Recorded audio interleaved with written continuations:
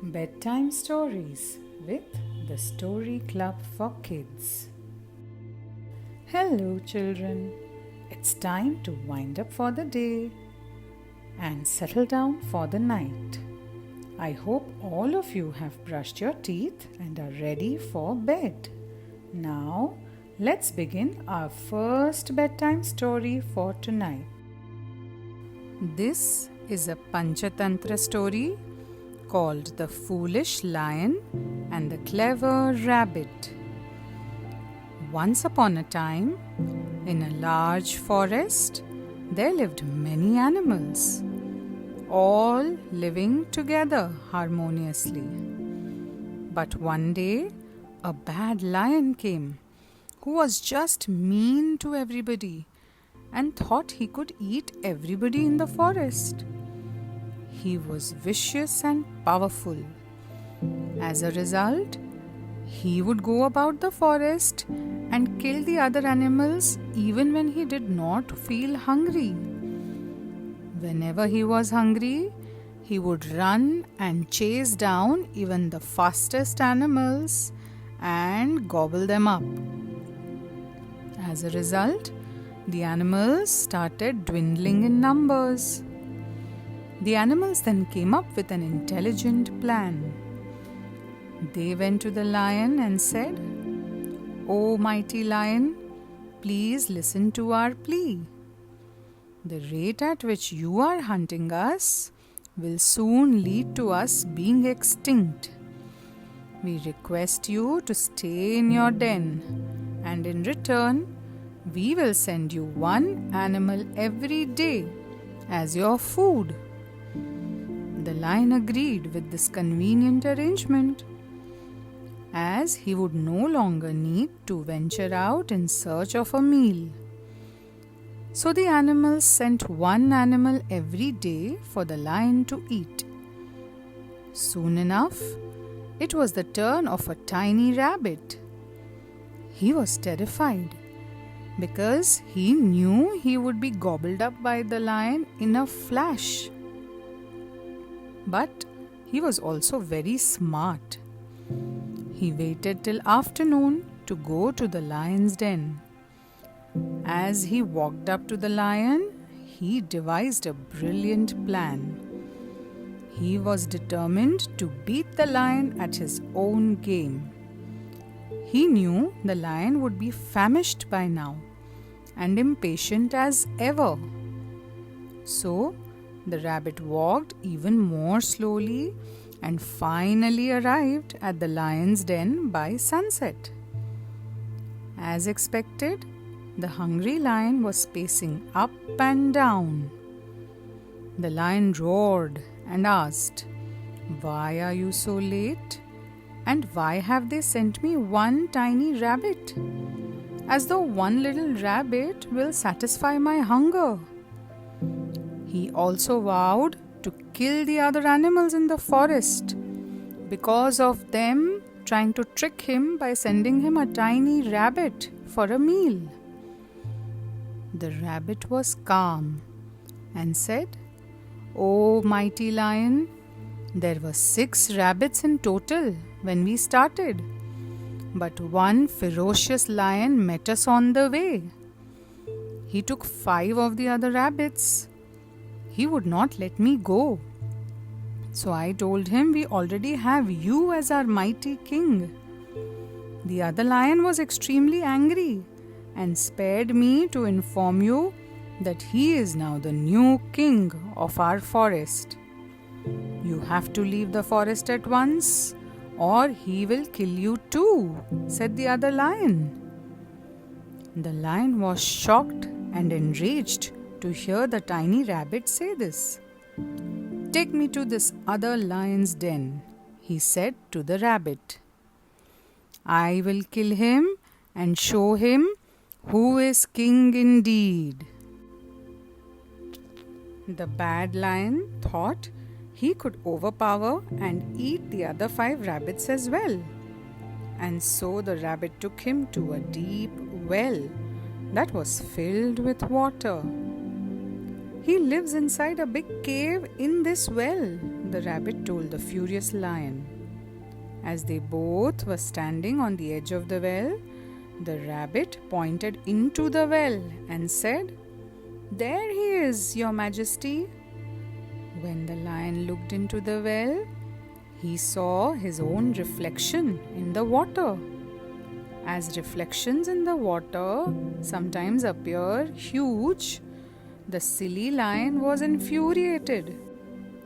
He roared at his reflection inside the deep well, thinking that he was roaring at the other lion. The roar echoed back at him from the well, and the foolish lion thought it was the other lion roaring at him. Without giving it another thought, the lion jumped into the well. Since the well was quite deep and the lion could not swim, he could not climb back up. The rabbit ran away and left the lion alone in the well. The clever rabbit had managed to save his own life. So children, we learn that you should always think before you act. The lion thought that he was strong and he could dominate the other animals of the forest. But the clever rabbit thought well and came up with a plan to teach the lion a lesson.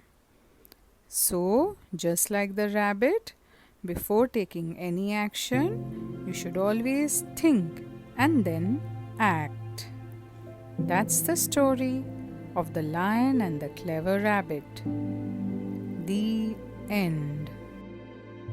And now, let us listen to our next story. This story is called Two Cats and a Monkey. A long time ago, two cats used to live in a village. Both the cats were very good friends and lived very happily among themselves. Other animals used to give an example of their friendship. Whatever they got or found, they used to share and eat that together. One day, both the cats were playing in the afternoon.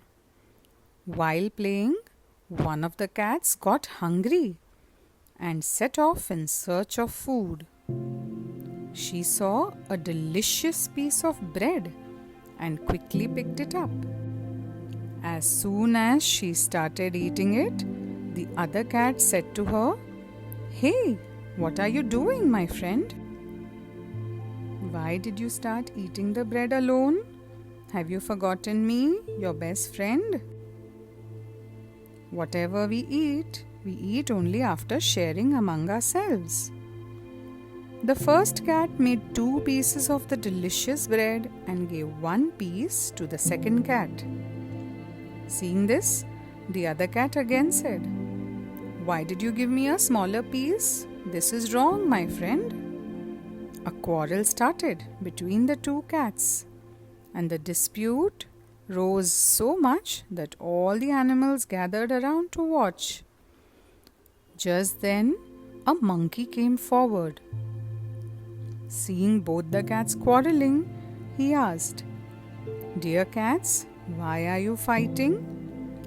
When both the cats told their dilemma to the monkey said, "That's all you are fighting for?